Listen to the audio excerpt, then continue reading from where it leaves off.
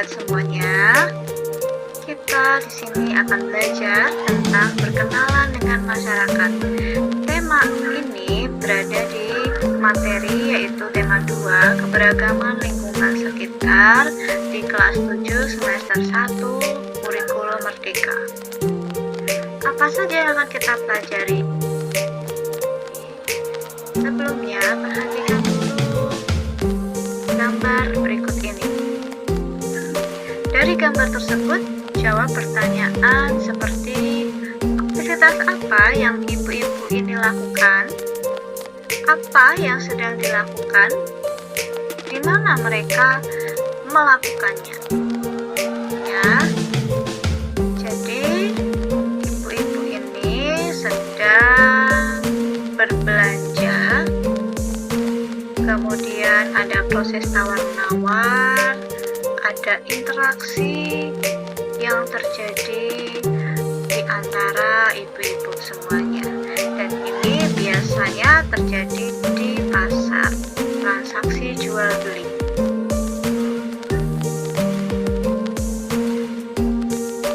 Pelajaran kali ini kita akan belajar tentang interaksi sosial yang meliputi pertama, pengertian interaksi sosial, 2, syarat interaksi sosial, yang ketiga, bentuk interaksi sosial, dan keempat, pembentukan karakteristik budaya.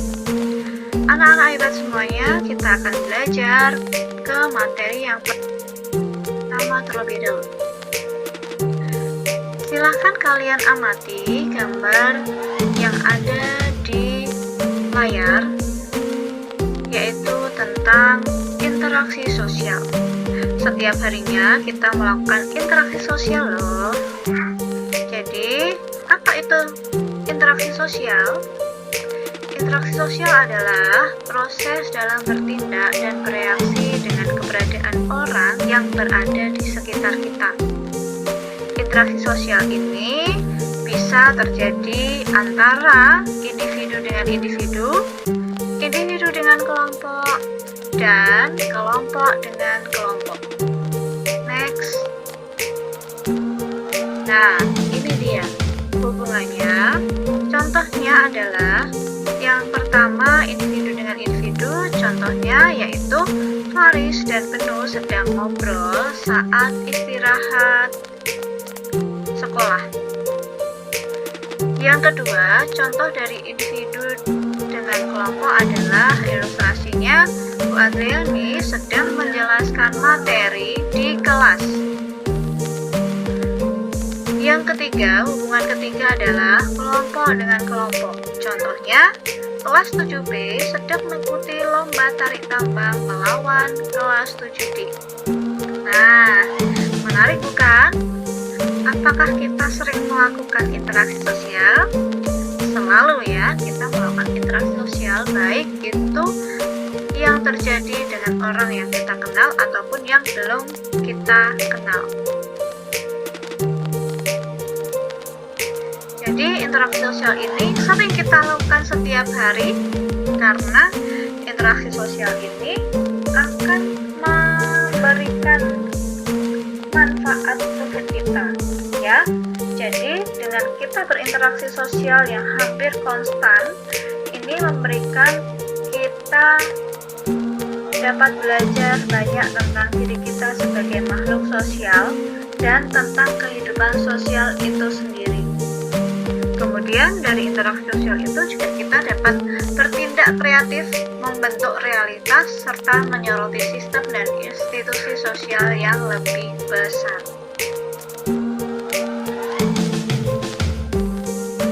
Syarat interaksi sosial yang pertama adalah kontak sosial, kedua komunikasi. Jadi diingat-ingat ya, syarat interaksi sosial itu harus ada 2 materi itu, yaitu kontak sosial dan komunikasi. Jika hanya ada salah satu saja, maka itu bukan disebut sebagai interaksi sosial. Kita bahas yang pertama dulu, yaitu tentang kontak sosial, di mana kontak ini bukan diartikan sebagai hubungan fisik, melainkan hubungan secara verbal. Kontak itu diartikan secara verbal yang bisa dilakukan dengan cara percakapan, debat, kuliah, pidato, ataupun seminar.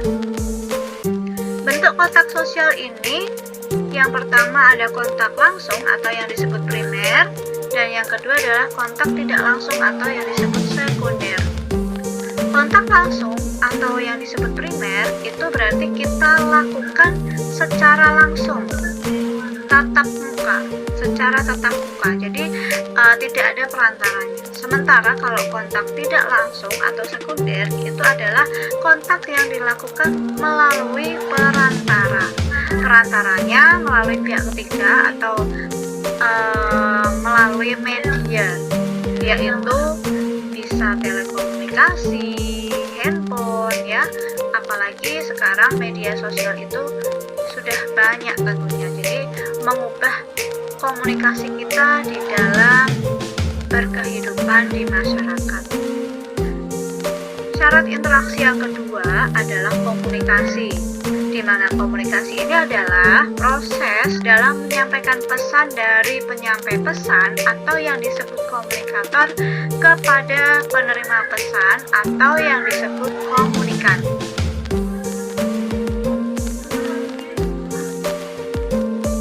Bentuk interaksi sosial. Jadi bentuk interaksi sosial ini ada dua, yaitu asosiatif dan disosiatif.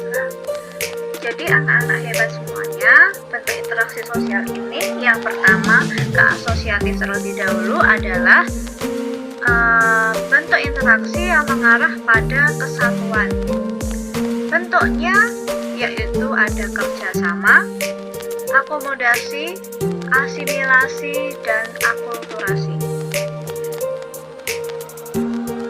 Bentuk interaksi sosial asosiatif yang pertama yaitu kerjasama, di mana kerjasama itu adalah bentuk interaksi yang utama dari suatu proses interaksi sosial asosiatif karena dilakukan untuk memenuhi suatu kepentingan atau kebutuhan bersama. Nah, bentuk dari kerjasama itu diantaranya ada bargaining, koalisi, joint venture, dan kooperasi. Bargaining itu adalah bentuk kerjasama dengan melakukan perjanjian untuk pertukaran barang atau jasa di antara organisasi, baik dua pihak atau lebih. Bentuk kerjasama yang kedua yaitu koalisi adalah bentuk kerjasama yang penggabungan antara organisasi dua atau lebih yang berusaha dalam mencapai tujuan bersama yang telah disepakati.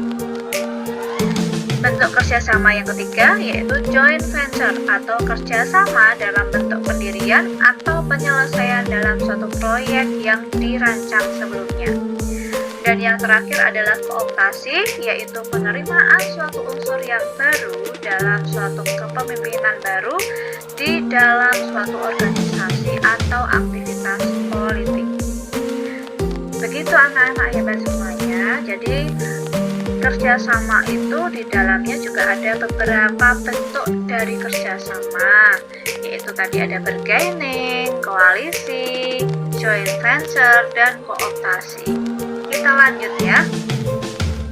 Bentuk interaksi sosial yang kedua adalah akomodasi. Akomodasi adalah suatu proses seseorang individu atau kelompok dalam tahap penyesuaian akibat pertentangan yang terjadi sebelum akomodasi dalam rangka mengatasi ketegangan. Bentuk dari akomodasi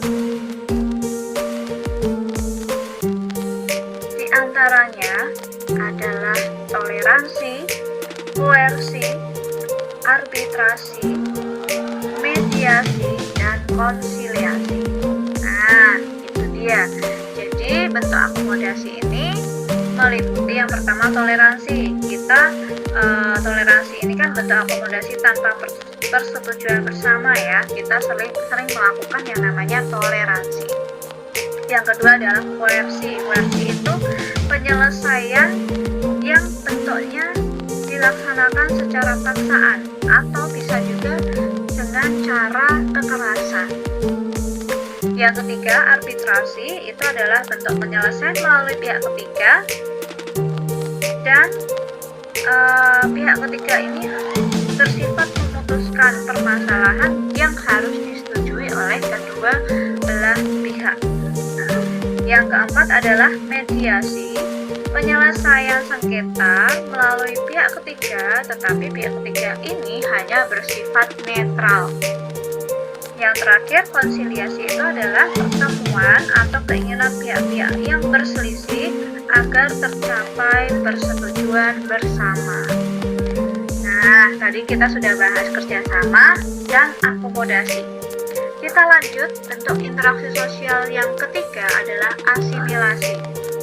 Apa sih asimilasi itu? Kenapa saya nulisnya A plus B sama dengan C? Ada yang tahu apa maksud dari A plus B sama dengan C? Nah, asimilasi itu adalah pembaruan dari dua budaya yang disertai dengan satu ciri atau suatu ciri khas kebudayaan asli yang hilang sehingga terbentuk kebudayaan baru. Maka di sini saya tulisnya biar mudah, itu adalah A plus B sama dengan C.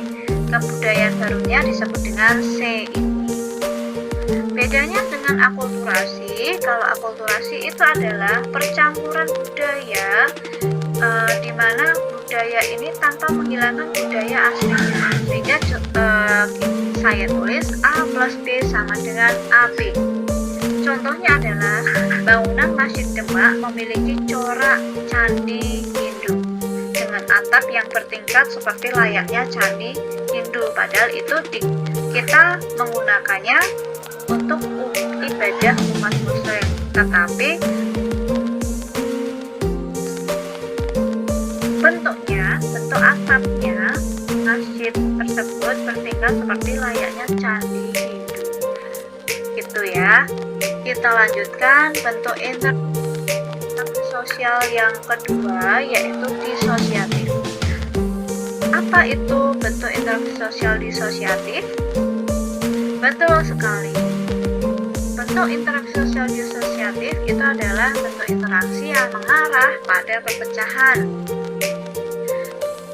Bentuknya ada 3, yaitu persaingan atau disebut kompetisi, kedua kontravensi, dan yang ketiga adalah pertentangan atau yang disebut konflik sosial. Persaingan atau kompetisi itu adalah memperebutkan satu hal yang sifatnya terbatas. Jadi karena bentuknya sifatnya terbatas ini, kita harus memperebutkan satu hal itu gitu agar menjadi suatu pemenangnya. Itu namanya persaingan atau kompetisi. Yang kedua, kontravensi itu maksudnya adalah sesuatu hal, proses sosial dalam persaingan dan pertentangan atau konflik di sini merupakan sikap untuk menuju suatu ketidaksenangan. Yang ketiga, bentuk interaksi sosial disosiatif yang ketiga adalah pertentangan atau konflik, di mana kegiatan ini atau aktivitas ini bisa juga disertai berbagai ancaman ataupun kekerasan. Gitu. Jadi bentuk interaksi sosial tadi kita review sebentar, ada asosiatif dan disosiatif. Kalau asosiatif itu mengarah pada persatuan, kalau disosiatif mengarah pada perpecahan. Kita lanjut ya anak-anak hebat semuanya. Materi terakhir yaitu pembentukan karakter budaya kebiasaan masyarakat daerah. Pembentukan karakter budaya ini adalah upaya yang dapat dilakukan sebagai pembentukan karakteristik budaya atau kebiasaan masyarakat daerah, yaitu bisa dengan cara apa saja, beradaptasi dengan lingkungan adat, mendalami sehingga mendapatkan karakter di dalamnya yang umumnya sudah berabad-abad. Jadi hampir setiap perilaku manusia dipelajari, mulai dari berbelanja, menikah, cara mengungkapkan perasaan, sampai cara mendidik anak. Bagi seseorang ini akan berbeda karena latar belakang budayanya. Dengan kata lain, cara pandang orang terhadap suatu budaya salah satunya misalkan pernikahan atau pengasuhan anak itu sangat bergantung pada apa yang telah diajarkan pada mereka. Perilaku bisa berdasarkan adat istiadat yang dipelajari merupakan sesuatu yang dianjurkan. Mengenal aturan-aturan dalam adat istiadat yang tidak tertulis dapat membantu individu merasa aman dan normal. Namun, tindakan yang terlihat sederhana seperti pergi ke tempat kerja membuktikan banyak kesopanan budaya. Sekian materi yang kita pelajari hari ini. Semoga bermanfaat. Selamat belajar anak-anak hebat semuanya. Terima kasih. Sampai jumpa.